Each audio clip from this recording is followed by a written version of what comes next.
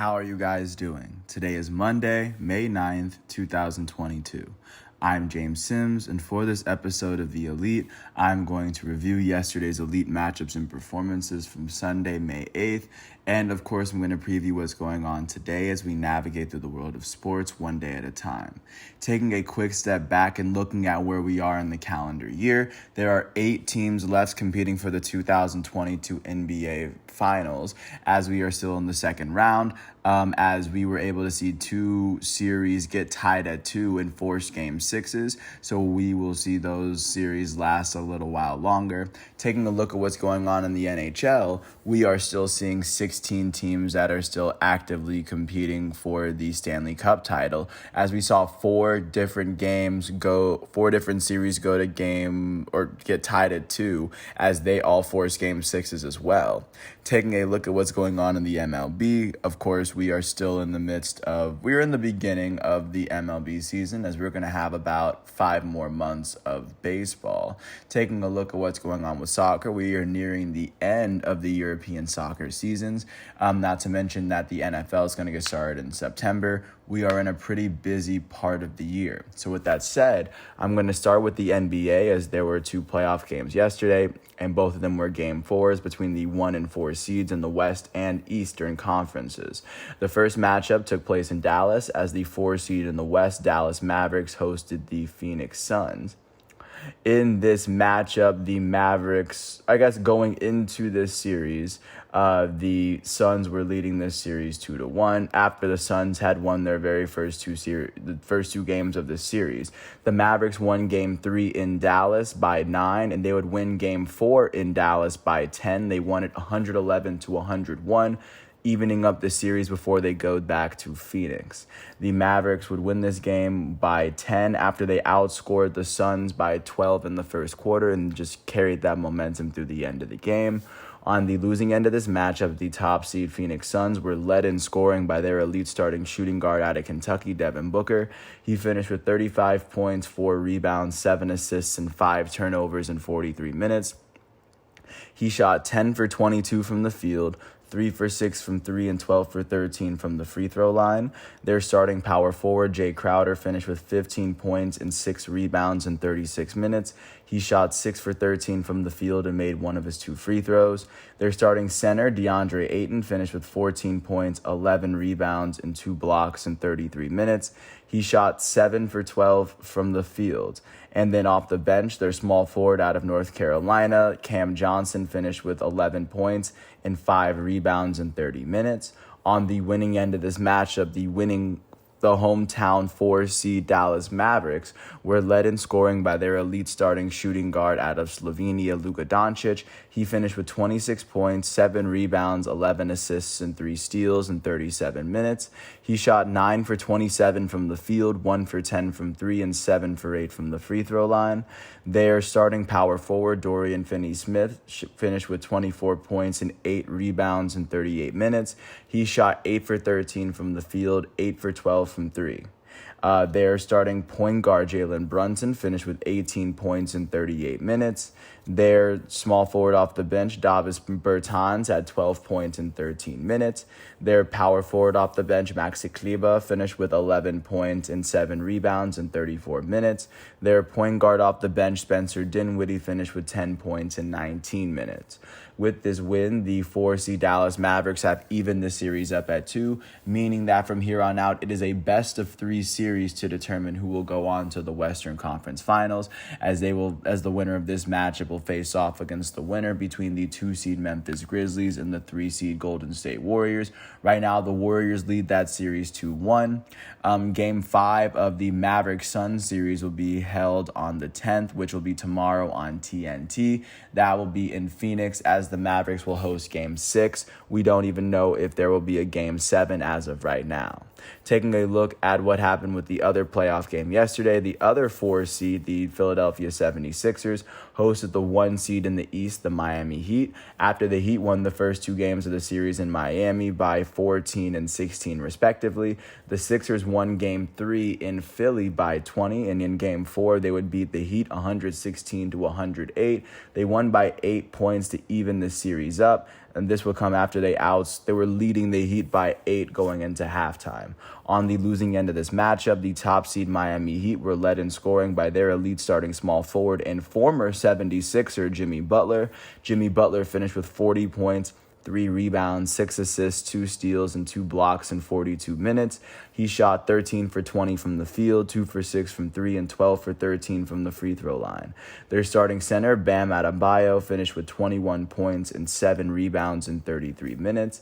He shot 9 for 12 from the field and made all 3 of his free throws. Their shooting guard off the bench, Victor Oladipo, had 15 points, 3 steals, and 2 blocks in 32 minutes. And then their point guard off the bench, Tyler Hero, had 11 points, 10 rebounds, and 2 steals in 34 minutes. Hero shot 4 for 12 from the field and made both of his free throws. On the winning end of this matchup, the 4-seed Philadelphia 76ers, the hometown team, were led in scoring by their elite starting shooting guard and former NBA MVP, James Harden. Harden finished with 31 points, 7 rebounds, 9 assists, and 6 turnovers in 41 minutes. He shot 8 for 18 from the field, 6 for 10 from 3, and 9 for 10 from the free throw line.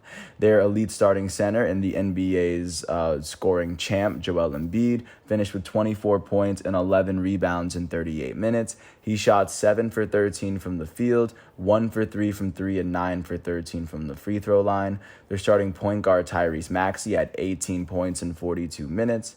Their starting power forward, Tobias Harris, had 13 points and 2 steals in 35 minutes. Their starting small forward, Danny Green, finished with 11 points and 2 steals in 24 minutes. Their small forward off the bench, Georges Niang, finished with 10 points in 21 minutes.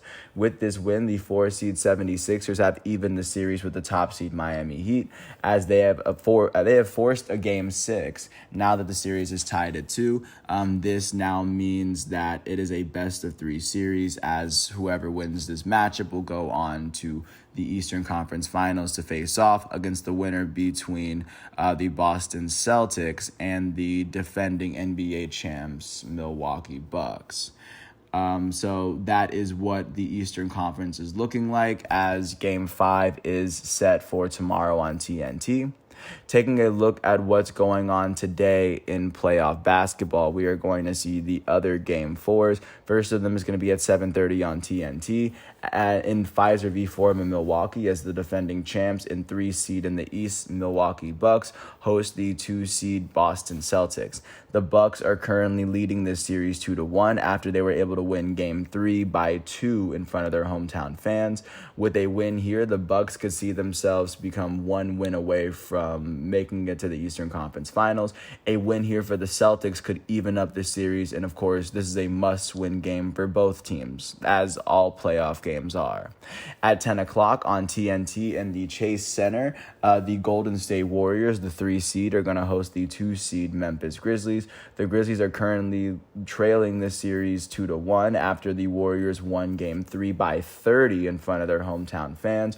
A win for the Warriors would put the Warriors 1 win closer, or 1 win away from the Western Conference Finals, and the win for the Grizzlies would, of course, even up the series and make it a best-of-3 following that. So, like the other 2-3 matchup, this is a must-win matchup for both teams in this situation if they want to see themselves make it through. Taking a look now at what happened in the NHL Stanley Cup playoffs yesterday, starting off in Boston, the Boston Bruins, who came into this matchup with the first wildcard seed, would go on to host the Carolina Hurricanes, as the Carolina Hurricanes came in with the top seed in the Metropolitan Division. Coming in, the Hurricanes led this series 2-1 after they won the first 2 games of the series, and the Bruins would end up tying the series at 2 after they won Game 3 at home. They would win Game 4 at home as well, beating the Hurricanes 5-2. Hurricanes scored the first goal of the game, and after the Bruins tied it up, Jordan Staal would give the Hurricanes the lead right back in the second period, and then Jake DeBrusk's power play goal would even it up for the Bruins. They would take the lead off of a Brad Marchand power play goal. It was the first of 2 for him. The Boston Bruins would then go on to score 4 unanswered, the first of them being the goal that tied the game up, as they would go on to tie the series up at 2. The first star of the game went to the Bruins left winger Brad Marchand, as he had 2 goals and 3 assists. He literally had a hand in every single goal in the game. The second star of the game went to Boston center Patrice Bergeron, as he had a goal and 2 assists. The third star went to the Bruins left winger Jake DeBrusk, as this is even up the series. This is, of course, forced a Game 6, and now it is a best-of-3 series for both teams. Game 5 is supposed to be in Raleigh, as it is going to be in North Carolina on the 10th tomorrow on ESPN. As both teams have serious momentum, it'll be very interesting to see how it plays out. And looking right now, like I said, their series is tied at 2. The winner of this series will face off against the winner between the 2-seed New York Rangers and the 3-seed Pittsburgh Penguins from the Metropolitan Division. The second matchup yesterday would be between the 2 and 3 seeds in the Central Division, as the St. Louis Blues, the 3-seed, hosted the Minnesota Wild. As in this going into Game 3, the Wild were leading this series 2-1 after they had won Game 3 in St. Louis. The Blues would go on to even the series by winning Game 4 in front of their hometown fans. They won it 5-2. They scored the first goal of the game, but then Minnesota would even it up before the end of the first off of Kirill Kaprizov's 5th goal of the playoffs. St. Louis would take the lead off of David Perron's goal, and then after scoring 2 unanswered in the second period, they really would run away with it. The top star of the game went to Jordan Binnington, St. Louis's goalie, as he had 28 saves, only allowing 2 goals on the night. The second star went to St. Louis's goal, Jordan Kyrou, as he had 2 goals. Their left winger, David Perron, had the third star of the game, as he had 2 goals and an assist. And like I said, this series is now tied, as Game 5 will be played in Minnesota on ESPN. It'll be tomorrow. I think that game will be played in St. Paul. But as of right now, we do know for a fact that there will be a Game 6, just like the other games. Just every single game yesterday forced a Game 6. But it'll be interesting to see how this particular matchup plays out. The winner of this matchup will face off against the winner between the 1 seed in the Central, the Colorado Avalanche, and then the second wild card seed in the West, the Nashville Predators. The third matchup of the day would take place in Tampa Bay, as the Tampa Bay Lightning went on to host the Toronto Maple Leafs. The Lightning, of course, coming into this matchup as the defending back-to-back champs, would come into this matchup trailing 2-1 after the Toronto Maple Leafs had won Game 3 by 3 in Tampa Bay. Game 4 would see Tampa Bay win 7-3, and in this goal fest, Tampa Bay scored the first 5 goals of this matchup. Toronto wouldn't score until the third period, so it was literally 5-0 at the end of the second, as Tampa Bay would go on to ease their way through the third period. The top star of this game went to Tampa Bay's defender, Victor Hedman, as he had 2 assists. The second star went to Tampa Bay's left winger, Brandon Hagel, as he had 2 assists as well. The third star went to Tampa Bay's left winger, Pat Maroon, as he had a goal. With this series tie, Game 5 will be in Toronto tomorrow on ESPN2, as it is now a best-of-3 series to determine who will go on to the next round to face off against the winner between the Florida Panthers and the Washington Capitals. And then last but not least, the last Game 4 that happened yesterday was in Los Angeles between the 2 and 3 seeds in the Pacific, as the Los Angeles Kings would end up shutting out the Edmonton Oilers. Coming into this matchup, the Edmonton Oilers, of course, led their series 2-1, and then it would be the Kings who would take the lead, as they actually would score their first 2 goals in the first period and their other 2 goals in the third period. On the winning end, of course, the top star of the game went to the Los Angeles Kings goalie, Jonathan Quick. He would have 31 saves as he would not allow a single goal on the night. The second star went to the Los Angeles Kings center Trevor Moore as he had a goal and an assist for himself. The third star went to the Kings center Blake Lizotte, as with this win, they have now evened the series to 2. It is now a best-of-3 series.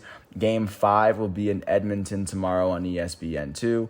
As we now know for a fact, we're going to have a Game 6. But as of right now, each of these teams can suffer a loss and still be able to make it through to the next round. And the winner of this round will face off against the winner between the top seed in the Pacific, the Calgary Flames, and the top Western wildcard seed, the Dallas Stars. With that said, taking a look at the matchups that are going to be playing today, at 7 o'clock on TBS in Capital One Arena, the Washington Capitals are going to host the Florida Panthers. The Capitals, who come in as the wild card seed, are holding a 2-1 series lead after they won Game 3 in D.C. by 5. Of course, a win from them would put them one win closer to the next round, and the Panthers could even it up the series with a win. Second game today is going to be on ESPN in PPG Paints Arena in Pittsburgh, as the Penguins are going to host the New York Rangers as the 2 and 3 seeds in the Metropolitan Division. Right now, the Penguins lead this series 2-1 after Game 3 was won by the Penguins. They won it by 3 goals. And with a win from the Rangers could even it up, just like the other series. At 9:30 on ESPN, the Nashville Predators are the only team that are facing elimination, as the second wild card team are currently hosting the top seed in the Central, the Colorado Avalanche. The Avalanche currently lead the series 3-0 after they were able to win Game 3 by 4 goals. The Predators have to win their next 4 games if they want to make it to the next round. Otherwise, if the Avalanche win either of their next 4, the Predators are eliminated and they'd advance to the next round. The Avalanche could be the first team to advance to the next round tonight. At 9:30 on TBS in American Airlines Center in Dallas, the Western Conference's first wild card seed, the Dallas Stars, are going to host the Calgary Flames. Calgary comes into this matchup trailing Dallas 2-1 after Dallas won Game 3 by 2 goals. So it'll be very interesting to see how the Stanley Cup playoff, of course, shapes what's going on with hockey, as the only team there very well could be 15 teams instead of 16 teams by the end of today. So that's what's going on with the NHL. Taking a look at what happened in the MLB, there were 3 different doubleheaders that took place yesterday. First of them took place in Philadelphia as the Phillies hosted the NL East leading New York Mets. In the first of the 2 matchups, the Phillies would win it 3-2 in front of their home crowd, scoring the first 3 goals in the first 3 runs in the first 4 innings of the matchup, as Bryce Harper would bring home the first 2 runs of the game for the Phillies. On the losing end of this matchup, the New York Mets would be led out by their goated starting pitcher, Max Scherzer. Max Scherzer would go on to allow 3 earned runs off of 10 hits in the 6 innings he pitched. He struck out 7 batters, and with this loss, he's 4-1. In the Mets batting lineup, their center fielder, Brandon Nimmo, went 2 for 3 with a run. And then their right fielder, Starling Marte, went 2 for 3 with a run for himself. On the winning end of this matchup, the hometown Philadelphia Phillies saw the win go to their starting pitcher, Kyle Gibson. Gibson went on to allow 2 earned runs off of 6 hits in the 6 innings he pitched. He struck out 3 batters, and with his win, he's now 3-1. The save was given to the Phillies closer, Corey Knebel, as he allowed no earned runs in the 9th inning. He would strike out 2 batters, as he would pick up his 5th save of the year. In the Phillies batting lineup, their left fielder, Kyle Schwarber, ended up going 2 for 4 with a run. Their third baseman, Alec Bohm, went 2 for 4. Their elite designated hitter, the National League's reigning MVP, Bryce Harper, went 2 for 4 with 2 RBIs and a run. He hit his 6th home run of the year. Their second baseman, Gene Segura, went 2 for 3 with a run. With this win, they carried it into the second game, but the Mets would go on to even this doubleheader after beating the Phillies 6-1 for their 20th win of the season, as I believe the New York Mets are the first team to cross that 20-win threshold so far. But they would go on to win it 6-1. The Phillies never had a chance in this game, as the Mets scored the first 2 runs in the game off of a Pete Alonso home run. They scored their next 3 runs of the game off a Pete Alonso home run as well. On the losing end of this matchup, the hometown Phillies saw the loss go to their starting pitcher, Christopher Sanchez. He allowed 2 earned runs off of 2 hits in 2.1 innings pitched. He would strike out 2 batters and walk 1. With this loss, he's now 0-1 on the season. In the Phillies batting lineup, their second baseman, Jean Segura, went 2 for 3 with an RBI and a run. He hit his 3rd home run of the year. On the winning end of this matchup, the New York Mets saw the win go to their starting pitcher, Chris Bassitt. Bassitt allowed 1 earned run off of 5 hits in 5.2 innings. He struck out 4 batters and walked 1. With this win, Bassitt is 4-2. In the Mets batting lineup, their elite first baseman Pete Alonso went 3 for 5 with 5 RBIs and 2 runs. He hit his 6th and 7th home runs of the year. Their catcher in this matchup, Tomas Nido, will go 2 for 4. With this loss and win, the New York Mets are 20-10. That is still the best record in the National League East. Win percentage-wise, that is the 2nd best record in the National League behind the LA Dodgers. They're also sitting behind the New York Yankees, currently holding on to the 3rd best record in baseball. They've won 6 of their last 10 games. They are sitting 6 games ahead of the 2nd place defending World Series champs Atlanta Braves. With this win and loss, the Philadelphia Phillies are now 12-16. That is the 4th best record in the National League East, as they've lost 6 of their last 10. They are sitting 7 games behind the division-leading New York Mets. Taking a look at the second doubleheader, it took place in Baltimore as the Orioles hosted the Kansas City Royals. In the first of these matchups, the Royals would beat the Orioles 6-4. After the Orioles scored the first run of the game, the Royals would tie it up in the 3rd off of an Olivares single. And then after they took the lead in the 5th, the Orioles did regain the lead in the bottom of the 7th. They went up by 1. Ryan O'Hearn would sac fly it in the top of the 8th to tie the game, and it would be a RBI single from Michael A. Taylor in the top of the 9th that won the Royals game 1.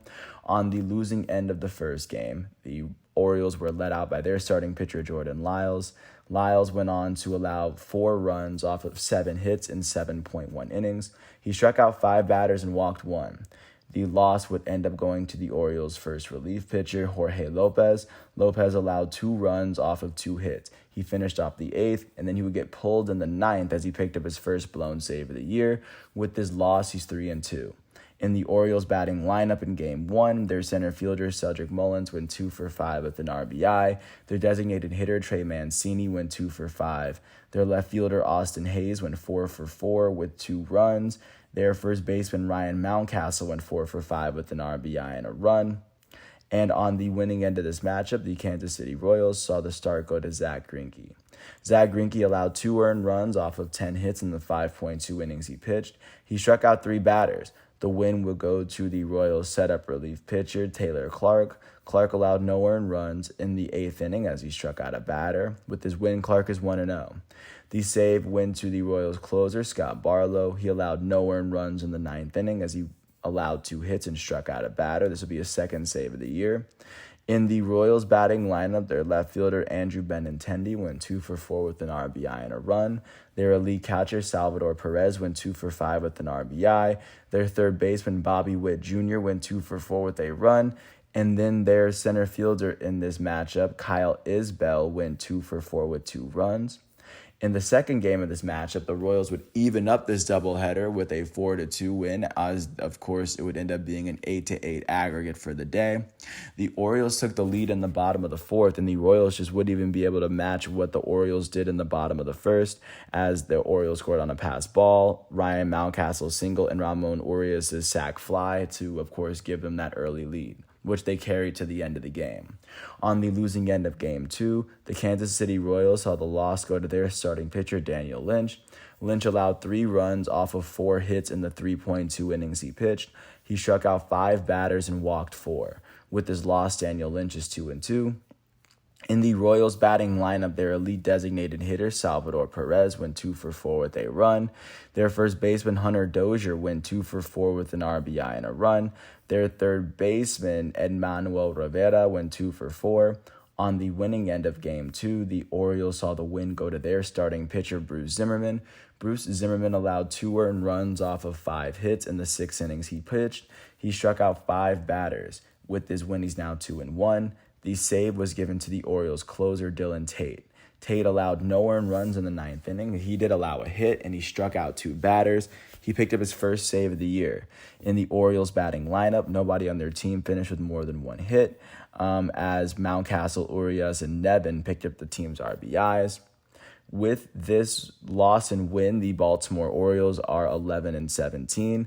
That is currently the 4th best record in the American League East. They've won 5 of their last 10 games. They are sitting 8.5 games behind the division-leading New York Yankees. With this win and then loss, the Kansas City Royals are 9-16. That is the 4th best record in the American League Central. They've lost 7 of their last 10 games. They are currently sitting 7 games behind the division-leading Minnesota Twins right now. Taking a look at the third doubleheader of the day as it took place in the Bronx, the New York Yankees hosted the Rangers, and this would be another split doubleheader. Game 1 would go in the favor of the Yankees as it would go 2-1. Score was tied at 1 going into the ninth. It would be a clutch walk-off solo home run from Gleyber Torres to win the Yankees their 19th game of the season. On the losing end of Game 1, the Rangers saw the start go to Dane Dunning. Dunning allowed 1 earned run off of 2 hits in the 6 innings he pitched. He would strike out 5 batters and walk 3. The loss would be given to the Rangers closer for the day, John King. King allowed 1 earned run off of 2 hits in the 8th inning. He would pick up his first loss. He's now 1-1 on the year. In the Rangers batting lineup in Game 1, their elite second baseman Marcus Semien went 2 for 4, and then their catcher Mitch Garver would end up going 2 for 4. On the winning end of Game 1, the hometown New York Yankees were led out by their elite starting pitcher Garrett Cole. Cole allowed 1 earned run off of 5 hits in 6.1 innings. He would strike out 10 batters and walk 1. The win would end up going to the Yankees closer Clay Holmes, as Clay Holmes allowed no earned runs in the 9th inning. He did allow a hit. He would strike out 2 batters in that inning span. And with this win, Holmes is now 3-0 for the New York Yankees this season. In the Yankees batting lineup, their elite second baseman Gleyber Torres was the only player with a multi-hit game. He went 2 for 4 with an RBI and a run. He hit his 4th home run of the year to win the Yankees the game. Game 2 of this doubleheader would veer in the favor of the Astros. The Astros would beat the Yankees 4-2. Yankees scored the first 2 runs of the game, and the Astros would end up taking the Texas Rangers ended up taking the lead in the top of the 7th. After a wild pitch, they would tie the game, but it would be a 2-run home run from Brad Miller to give the Rangers what they needed to win in advance. On the losing end of this matchup, the hometown New York Yankees saw the start go to Jordan Montgomery. Montgomery allowed 2 earned runs off of 4 hits in the 6 innings he pitched. He struck out 5 batters, and the loss would go to the Yankees' first relief pitcher, Michael King. King allowed 2 earned runs off of 2 hits as he would get pulled in the 8th inning. He would pick up his first blown loss, or his first blown save, and he picked up his first loss of the season. He's now 2-1. In the Yankees batting lineup, nobody on their team would finish with more than 1 hit. However, their elite right fielder, Giancarlo Stanton, went 1 for 4 with 2 RBIs and a run, both of the team's RBIs, as he hit his 6th home run of the season. On the winning end of this matchup, the Texas Rangers were led out by their starting pitcher, Glenn Otto. Otto allowed 2 earned runs off of 2 hits in 5 innings. He would strike out 2 batters and walk 3. The win was given to the Rangers' first relief pitcher, Garrett Richards. Richards allowed no earned runs in the 6th inning as he struck out a batter. With this win, Garrett Richards is 1-1.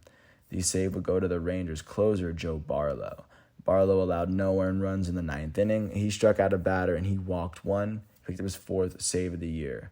In the Twins batting lineup, their right fielder, Adolis Garcia, went 2 for 4. He was the only player on the team with more than 1 hit.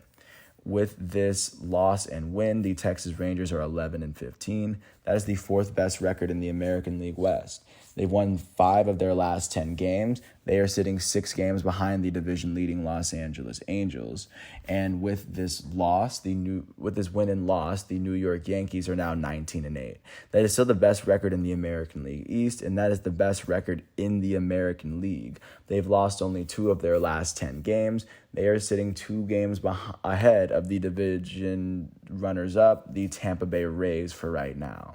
Taking a look outside of the double headers. Jumping to the Battle of the Sox, the Red Sox hosted the White Sox in Fenway, and the White Sox would beat the Red Sox 3-2, scoring all three of their runs in the third inning, thanks to a Larry Garcia RBI single and a 2-run double from Jose Abreu. On the losing end of this matchup, the hometown Boston Red Sox saw the loss go to their starting pitcher Tanner Houck.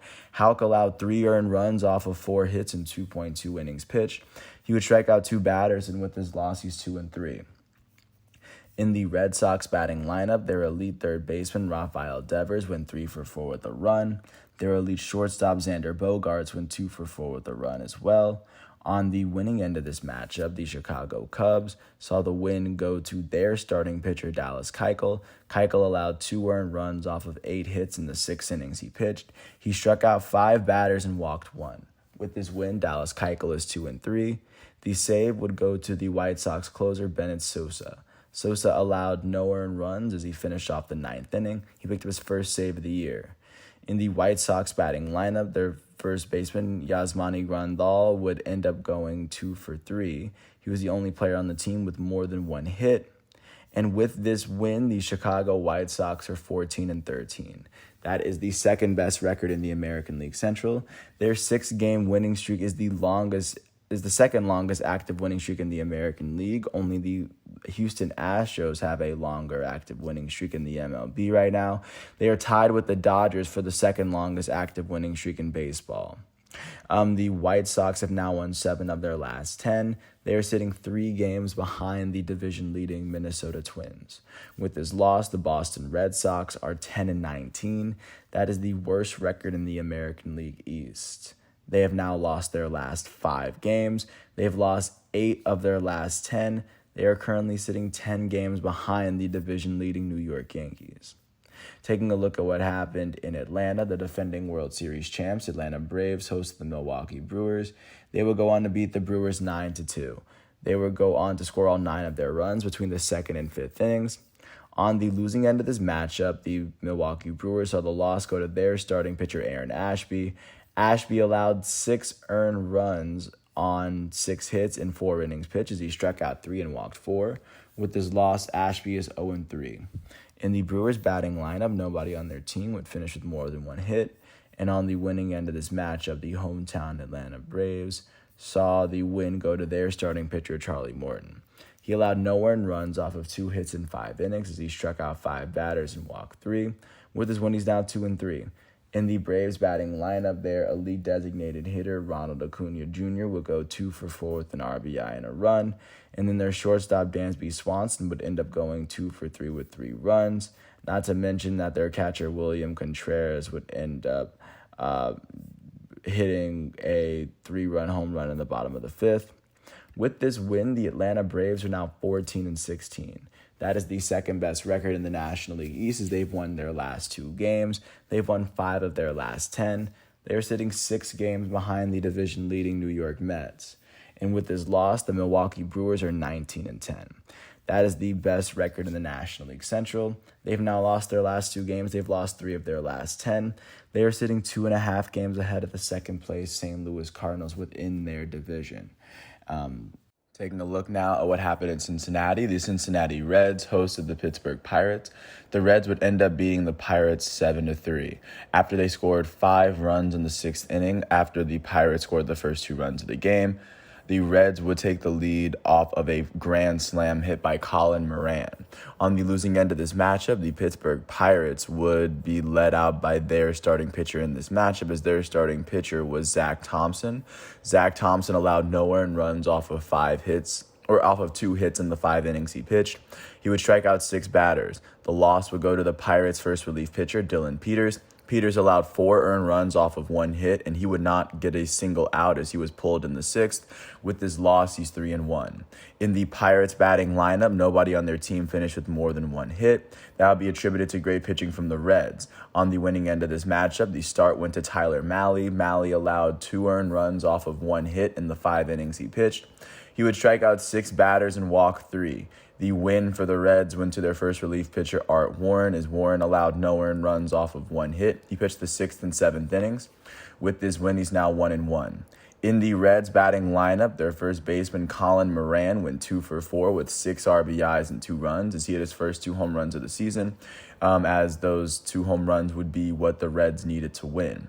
Also, their center fielder Albert Almora Jr. will go 2 for 4. With this win, the Cincinnati Reds are now 5-23. That is still the worst record in the National League Central, the worst record in the National League, and the worst record in all of baseball. They're the only team who's lost more than 80% of their games so far this season. They've only won 2 of their last 10. They are sitting 13.5 games behind the division-leading Milwaukee Brewers. With this loss, the Pittsburgh Pirates are 11-16. That is the third best record in the division as they've lost 7 of their last 10. They are currently sitting 7 games behind the division-leading Milwaukee Brewers. And that is where they are sitting at the moment. Taking a look now at what happened in Cleveland, the Cleveland Guardians hosted the Toronto Blue Jays from up north. After the Blue Jays scored the first 2 runs of the game in the first inning, the Guardians would tie it up in the third off of a triple from Jose Ramirez and a sac fly from Owen Miller. The Blue Jays would take the lead back in the 7th off of a George Springer sac fly, and after the Guardians tied it up with a Owen Miller solo home run in the bottom of the 8th, it would be an Oscar Mercado RBI single, which gave them the win here. On the losing end of this matchup, the Toronto Blue Jays were led out by their starting pitcher, Alek Manoah. Manoah would allow 2 earned runs off of 5 hits in the 5 innings he pitched. He struck out 3 batters and walked 1. The loss would end up going to the Blue Jays closer in this matchup, Adam Cimber. He allowed 1 earned run off of 2 hits as he would finish off the 8th inning, and with this loss, he's 4-2. In the Blue Jays batting lineup, nobody on their team would finish with more than 1 hit. That would be attributed to great pitching from the Guardians.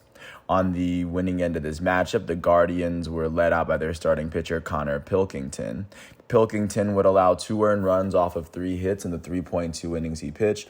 He struck out 6 batters, and then he went on to walk 3.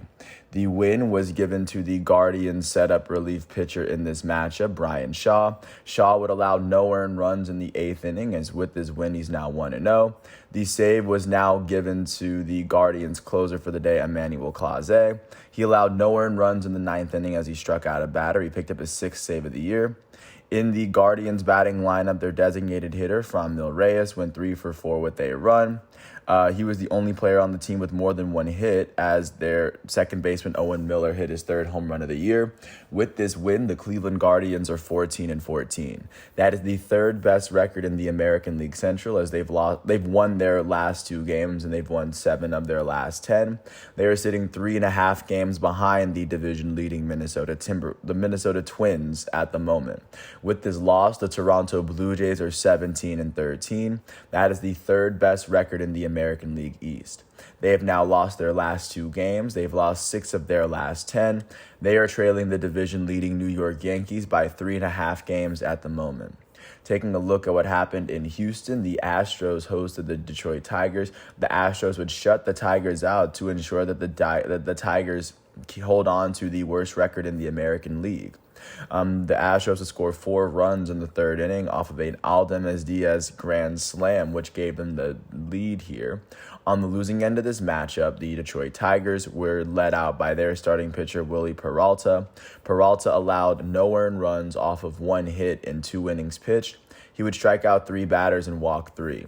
The loss would go to the Tigers' first relief pitcher, Drew Hutchison. Hutchison allowed 4 earned runs off of 2 hits in the 3rd and 4th innings. As he struck out 4 batters, he walked 2. With this loss, Hutchison is 0-3. In the Tigers batting lineup, they were only able to pick up 1 hit, as the only hit was picked up by Jonathan Schoop, their second baseman. On the winning end of this matchup, the Houston Astros were led out by their starting pitcher, Jake Odorizzi. Odorizzi allowed no earned runs off of 1 hit in the 5 innings he pitched. He would strike out 5 batters and walk 2. With this win, he's now 3-2 on the year. In the Astros batting lineup, their shortstop Aldemez Diaz went 2 for 3 with 4 RBIs and a run. He went on to hit his 2nd home run of the season. He was the only player on the team with a multi-hit game.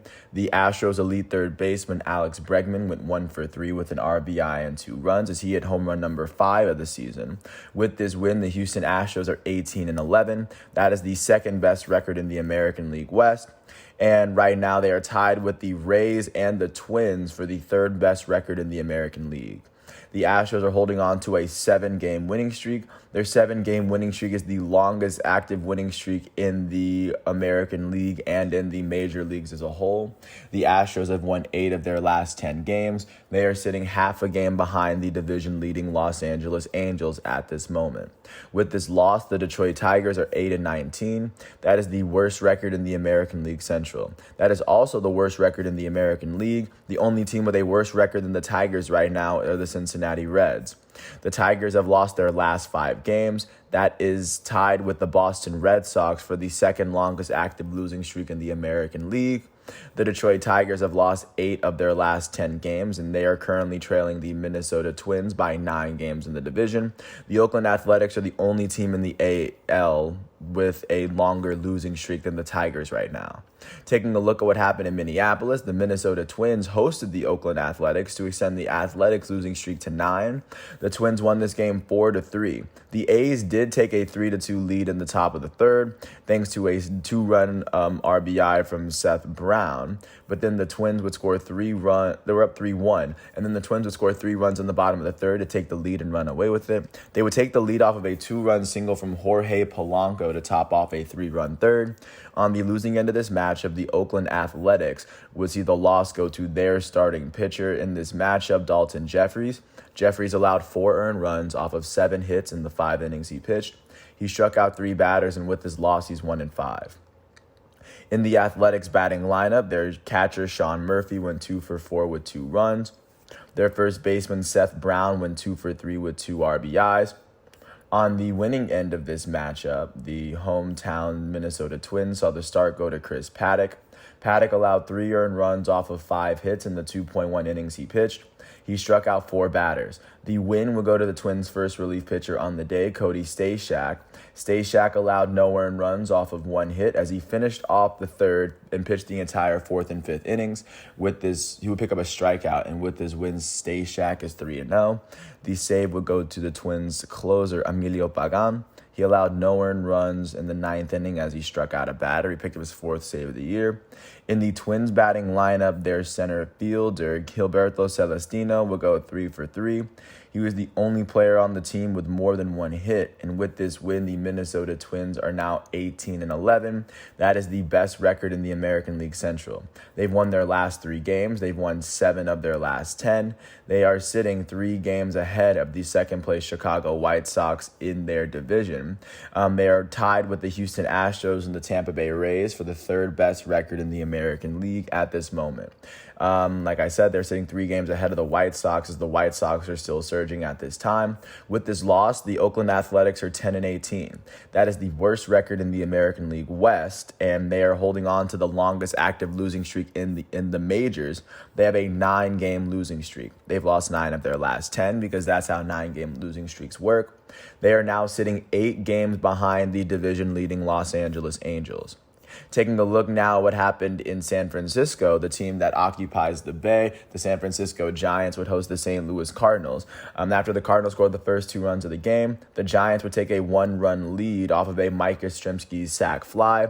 And after the Cardinals tied it up in the top of the 6th, Mike Yastrzemski's home run in the bottom of the 6th would be what the Giants needed to win game number 16. On the losing end of this matchup, the St. Louis Cardinals were led out by Dakota Hudson. Dakota Hudson would allow 3 earned runs off of 5 hits and 4.2 innings pitched. He would strike out no batters and walk 4 as he was pulled in the 5th inning.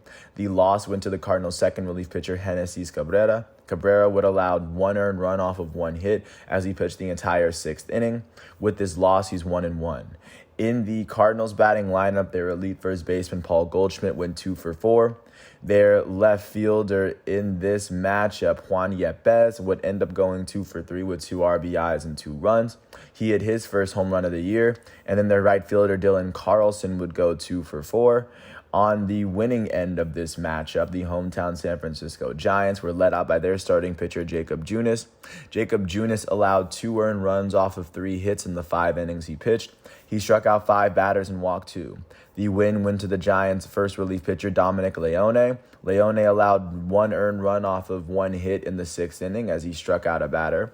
He will pick up his first blown save of the year. However, he picked up his second win. He's now 2-0. The save for the Giants ended up going to their closer, Camilo Doval. Doval allowed no earned runs in the ninth inning as he struck out two batters and then walked one. This is his fifth save of the year. In the Giants batting lineup, their first baseman, Darren Ruff, went 2 for 3 with a run. He was the only player on the team with more than one hit. With this win, the San Francisco Giants are 16-12. They are tied with the Colorado Rockies for the third best record in the National League West. The Giants have now won their last 2 games, and they've only won 3 of their last 10. They are trailing the division-leading Los Angeles Dodgers by 4 whole games in the division. With this loss, the St. Louis Cardinals are also 16-12. That is the second best record in the National League Central. They've only lost their last 2 games, and they've lost 5 of their last 10. They are sitting 2.5 games behind the division-leading Milwaukee Brewers. Taking a look at what happened in Anaheim, the Los Angeles Angels were able to beat the Washington Nationals 5-4 off some late-game heroics in the bottom of the ninth. After Shohei Ohtani's 2-run double would tie the game, it would be an RBI walk-off single from Anthony Rendon against his former team, against the team that he helped win the World Series in order to help the Angels pick up their 19th win in 30 games. On the losing end of this matchup, the Washington Nationals were led out by their starting pitcher, Erick Fedde. Erick Fedde would allow no earned runs off of 2 hits in the 5 innings he pitched. He struck out 4 batters and walked 5. The loss would go to the Nats closer, Tanner Rainey. Rainey allowed 3 earned runs off of 3 hits as he started off the 8th. He would strike out 2 batters and walk 1. He picked up his first blown save of the year, and with his loss, he's 0-1. In the Nationals batting lineup, their second baseman, Cesar Hernandez, would end up going 3 for 5 with a run. Also, their shortstop, Alcides Escobar, would end up going 2 for 4. On the winning end of this matchup, the hometown LA Angels saw the start go to Patrick Sandoval. Patrick Sandoval would allow 3 earned runs off of 7 hits in the 5.2 innings he pitched. He would strike out 5 batters and then walk 3. The win would go to the Angels' closer for the day, Jaime Barria. Barria would allow no earned runs off of 2 hits he allowed no earned runs and no hits in the last 2 innings of the game. He would strike out 2 batters, and with this win, he's now 1-0. In the Angels batting lineup, their right fielder, Taylor Ward, would end up going 2 for 4 with a run. In this matchup, their elite third baseman, Anthony Rendon, will go 2 for 5 with the game-winning RBI. With this win, the Los Angeles Angels are 19-11. That is the best record in the American League West and the second best record in the American League. Only the Yankees have a better record than them in the AL. The Angels have won 6 of their last 10 games. They are now sitting half a game ahead of the second place Houston Astros in their division, as the Astros are holding on to the league's longest winning streak. With this loss, the Washington Nationals are now 10-20. That is the worst record in the National League East. They are tied with the Cubs for the second worst record in the second worst winning percentage in the National League. Only the Cincinnati Reds have a worse record than the Nats right now. The Nats have lost 6 of their last 10 games. They are trailing the division-leading New York Mets by 10 games. Taking a look at what happened in Phoenix, the Arizona Diamondbacks hosted the Colorado Rockies. The Diamondbacks would, of course, regain a winning record as the worst team in their division after they shut the Rockies out 4-0. They scored their first 3 runs in the bottom of the second, first of which off of an RBI single from Nick Ahmed. On the losing end of this matchup, the Colorado Rockies saw the loss go to their starting pitcher, German Marquez. Marquez allowed 4 runs off of 6 hits in the 6 innings he pitched. He struck out 7 batters and walked 4. With this loss, German Marquez is 0-3. In the Rockies batting lineup, their shortstop, Jose Iglesias, would end up going 2 for 3. On the winning end of this matchup, the hometown Arizona Diamondbacks were led out by their starting pitcher, Zach Gallen. Gallen allowed no earned runs off of 5 hits in the 7 innings he pitched. He would strike out 7 batters and walk none. With this win, Zach Gallen is 2-0. In the Diamondbacks batting lineup, their second baseman, Ketel Marte, went 3 for 4 with a run, the only player on the team with more than 1 hit. With this win, the Arizona Diamondbacks are 15-14. That is the worst record in the National League West. They've won 7 of their last 10 games. They are currently sitting 5.5 games behind the division-leading LA Dodgers. Taking a look at where the Rockies are following this loss, they are 16-12. They are tied with the San Francisco Giants for the third best record in the division. The Rockies have lost 4 of their last 10 games as they sit 4 games behind the division-leading LA Dodgers. Taking a look at what happened in Seattle, the Mariners hosted the Tampa Bay Rays. The Mariners would beat the Rays 2-1 after they had to tie the game up at the bottom of the 9th off of an Abraham Toro home run. At the bottom of the 10th, it would be a walk-off RBI single from Ty France to win the Mariners this game. On the losing end of this matchup, the Tampa Bay Rays would be led out by Ryan Yarbrough. Ryan Yarbrough would allow no earned runs off of 4 hits in the 5 innings he pitched. He would strike out 4 batters and then walk 1. The loss would end up going to the Rays closer, as it was Matt Wisler. Wisler allowed 1 run and he would not make it through the 10th inning, and with this loss, he's 1-1. In the Rays batting lineup, their right fielder Manuel Margot was their only player with more than 1 hit. He went 2 for 3 with an RBI and a run as he hit his 3rd home run of the season. On the winning end of this matchup, the hometown Seattle Mariners saw the start go to George Kirby. Kirby allowed no earned runs off of 4 hits in the 6 innings he pitched. He would strike out 7 batters on the day. The win would go to the Mariners closer, Paul Sewald. He would go on and strike out a batter in the 1 inning that he pitched as he allowed no earned runs, and with this win, he's now 1-1. In the Mariners batting lineup, their third baseman Abraham Toro went 2 for 4 with an RBI and a run. He would go on to hit his 4th home run of the season. With this win, the Seattle Mariners are 13-16. That is the 3rd best record in the American League West, as they've only won 2 of their last 10 games. The Mariners are sitting 5.5 games behind the division-leading Los Angeles Angels at the moment. With this loss, the Tampa Bay Rays are 18-11. That is the 2nd best record in the American League East. They are tied with the Twins and the Astros for the 3rd best record in the American League. Behind the Yankees and the Angels, the Rays have lost 3 of their last 10 games. They are sitting 2 games behind the division-leading New York Yankees. And with this loss, that's where they are with the loss. Taking a look at what happened in San Diego, the Padres went on to host the Miami Marlins. The Padres would go on to win it 3-2. The Marlins went into the 9th inning, bottom of the 9th, leading 2-0. It would end up being a 3-run home run from Jorge Alfaro to win the game for the Padres, their 19th win of the year. On the losing end of this matchup, the Miami Marlins were led out by their starting pitcher for the day, Trevor Rogers. Trevor Rogers allowed no earned runs off of 5 hits in the 5 innings he pitched. He struck out 3 batters and walked 2. The loss would end up going to the Marlins closer, Cole Sulser. He allowed 3 earned runs off of 3 hits as he would not make it through the 9th. He picked up his first blown save of the year, and with this loss, he's 0-1 as he picked up his first strikeout of the year. In the Marlins batting lineup, their first baseman, Jesus Aguilar, will go 2 for 4 with a run. He was the only player on the team with a multi-hit game. On the winning end of this matchup, the hometown San Diego Padres were led out by their starting pitcher, Joe Musgrove. Musgrove allowed 2 earned runs off of 5 hits in 7 innings pitched. He would strike out 8 batters and walk 1. The win would go to the Padres' only relief pitcher, their closer, Robert Suarez, as he pitched the final 2 innings of the game, striking out a batter and allowing no earned runs over those 2 innings. And with his win, he's now 2-1. In the Padres batting lineup, their elite third baseman, Manny Machado, was the only player on the team with a multi-hit game as he went 2 for 4. Alfaro's home run was his 2nd of the year. With this win, the San Diego Padres are 19-10. That is the 2nd best record in the National League West. They've won 7 of their last 10 games. They are sitting a game and a half behind the division-leading LA Dodgers as they both have 19 wins, but the Padres just have 3 more losses. With this loss, the Miami Marlins are 13-15. That is the 3rd best record in the National League East.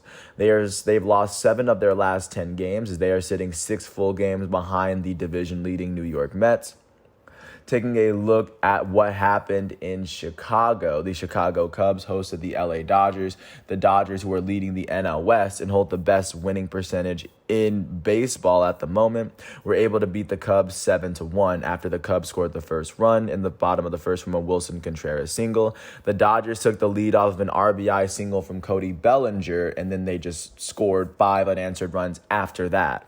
On the losing end of this matchup, the hometown Chicago Cubs saw the loss go to their starting pitcher, Justin Steele. I do that every time. Justin Steele allowed 2 earned runs off of 3 hits in the 4 innings that he pitched.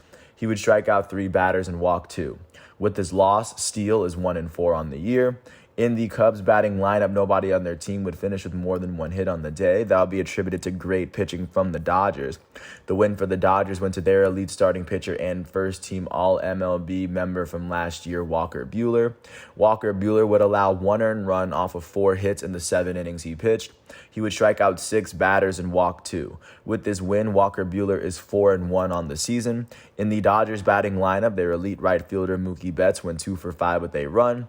Their elite first baseman and former National League MVP Freddie Freeman went 2 for 4 with an RBI and a run. Their elite center fielder and former National League MVP Cody Bellinger went 3 for 4 with an RBI. Their second baseman Gavin Lux went 2 for 3 with 3 runs.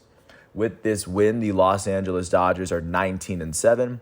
That is the best record in the National League West. They have now won their last 6 games. The Dodgers are holding on to the longest active winning streak in the National League. They are tied with the White Sox for the second longest active winning streak in baseball, as only the Astros have a longer active winning streak than the Dodgers. The Dodgers have won 7 of their last 10 games. They are sitting a game and a half ahead of the second-place Padres. They both have 19 wins, but the Dodgers just have 3 less losses. And with this loss, the Chicago Cubs are 9-18. That is the 4th best record in the National League Central. They're holding on to a 5-game losing streak, the longest active losing streak in the National League right now. They are tied with the Detroit Tigers and the Boston Red Sox for the second longest active losing streak in baseball. Only the Oakland Athletics have a longer active losing streak than the Chicago Cubs. The Cubs have lost 8 of their last 10 games. They are sitting 9 games behind the division-leading Milwaukee Brewers right now. So that is what the MLB is looking like following yesterday's matchups. Taking a look at what is going on today, as there are going to be some makeup games, but no double headers, no primetime matchups. At 12:05 in Oriole Park, Tyler Wells and the Orioles are going to host Carlos Hernandez and the Kansas City Royals. At 1:05 in Yankee Stadium, Nestor Cortez and the Yankees are going to host John Gray and the Rangers. At 6:35 in Pittsburgh, the Pirates, led by Jose Quintana, are going to host Julio Urias and the LA Dodgers. At 6:40, Luis Castillo and the Cincinnati Reds are set to host Brandon Woodruff and the Milwaukee Brewers. At 7:10 in Detroit, Michael Pineda and the Detroit Tigers are going to host the Paul Blackburn and the Oakland Athletics. At 8:10 in Chicago, Michael Kopech and the White Sox are set to host Zach Plesac and the Cleveland Guardians. At 9:38 in Angel Stadium, Noah Syndergaard and the AL West leading Los Angeles Angels are set to host Jeffrey Springs and the Tampa Bay Rays. At 9:40 on ESPN+, Mackenzie Gore and the San Diego Padres are ready to host Kyle Hendricks and the Chicago Cubs. At 9:40 on Chase Field, Humberto Castellanos and the Arizona Diamondbacks are going to host Elise Hernandez and the Miami Marlins. At the same time, at 9:40 in Mobile Park, Chris Flexen and the Seattle Mariners are set to host Ranger Suarez and the Philadelphia Phillies. And then at 9:45 in Oracle Park, Carlos Rodon and the Giants are set to host Austin Gomber and the Colorado Rockies. So at the moment, that is what baseball is looking like. And taking a look at what soccer is going to look like going into or coming off of this weekend. Starting with the big matchups in the Prem, the best English team to play yesterday was Man City. Man City was able to beat Newcastle United at home 5-0 with a brace from their elite English forward Raheem Sterling. They would see a goal from Aymeric Laporte. They would see goals from Rodri and Phil Foden as well. With this win, Manchester City now holds the best record in the Premier League. They sit 3 points clear of second-place Liverpool with 3 games left in their schedule. Not saying as though they're going to run away with the title, but it's either going to be them or Liverpool, and they are in a very favorable position with only 3 games left in their schedule. The next best team in England to play was Arsenal, as they hosted Leeds United. They would see a brace within the very first 10 minutes from their young forward, Edward Nketiah. Sorry if I butchered the name, but eventually I won't get his name wrong. But Arsenal were able to see a very big win here, and with this win, they are holding on to the 4th best record in the Premier League. They now sit 4 points clear of 5th place Tottenham, as they are 3 games away from potentially locking up an entrance right back into Champions League. So that was a very big opportunity that Arsenal took. Taking a look at what happened in La Liga, the best team in Spain, Real Madrid, would go to Atletico Madrid after Real had already won the championship. They already won La Liga for this year. Atletico Madrid's lone goal would come in the 40th minute off of a penalty kick from Yanni Carrasco. After this win, Atletico Madrid is still holding on to the fourth best record in Spain. They sit 1 point below third place Sevilla with 3 games left in their schedule. With 3 games left, they also sit 6 points ahead of fifth place Real Betis. A win for Atletico Madrid in their next game would cement a spot for them in Champions League. Real Madrid was, of course, even with this loss, they still have won the league, so nothing really changes for them. And then third place Sevilla would end up drawing with Villarreal, as Sevilla is now only 1 point ahead of Atletico Madrid. With one more win, Sevilla should be a team that clinches a spot for themselves in Champions League as well. But as of right now, they haven't yet done it. Taking a look at what happened in France now, the best team in France, PSG, would end up drawing with Troyes. Their first goal would come from their Brazilian captain, Marquinhos. Their second goal would be a penalty kick from their elite Brazilian forward, Neymar. And then Troyes would score 2 more goals to even up the game. With this draw, PSG still sit top of the league as they have already won the league on season. They sit 12 points ahead of second place Marseille at the moment. Marseille was able to beat Lorient 3-0 as their goals would come in the first half from Bamba Dieng. Their 2 goals would come in the second half from Matteo Guendouzi and Gerson. With this win, they are sitting 12 points below first place PSG, as PSG already won the title. Marseille sits 3 points ahead of third place Monaco with 2 games left in their schedule. With a win in their next, I imagine they have to win out if they definitely want to make sure that they are going on in the Champions League. But that was a very big win for Marseille. Taking a look at what happened in Italy, the best team to play in Italy was AC Milan. Milan would end up beating Hellas Verona after Verona scored the first goal of the game. AC Milan would see a brace come from Sandro Tonali, and then their third goal came from Alessandro Florenzi. With this win, AC Milan is currently sitting on top of the Serie A. They sit 2 points clear of second place Inter, as both teams have 2 games left in their schedule. They have already clinched at least the top 2 records in Italy. Inter's 1 point away from doing so. But right now, it is a 2-team race as it comes down to the very end of this season. And of course, with this loss, Hellas Verona is holding on to the 9th best record in Italy. But that was the big game that took place in Italy yesterday. And then, of course, looking to see what happened in Germany, the top German team, and, of course, the 2021-22 Bundesliga champs, Bayern Munich would end up hosting Stuttgart. After Stuttgart would score the first goal of the game in the 8th minute from Thiago Thomas, Bayern Munich's elite German forward Serge Gnabry would even the game up in the 35th minute, and then they would see a goal in the 44th from their goated midfielder Thomas Müller, as Müller was celebrating signing yet another extension with his childhood club. And then VfB Stuttgart would tie it up in the 52nd minute from Sasha Kalajic.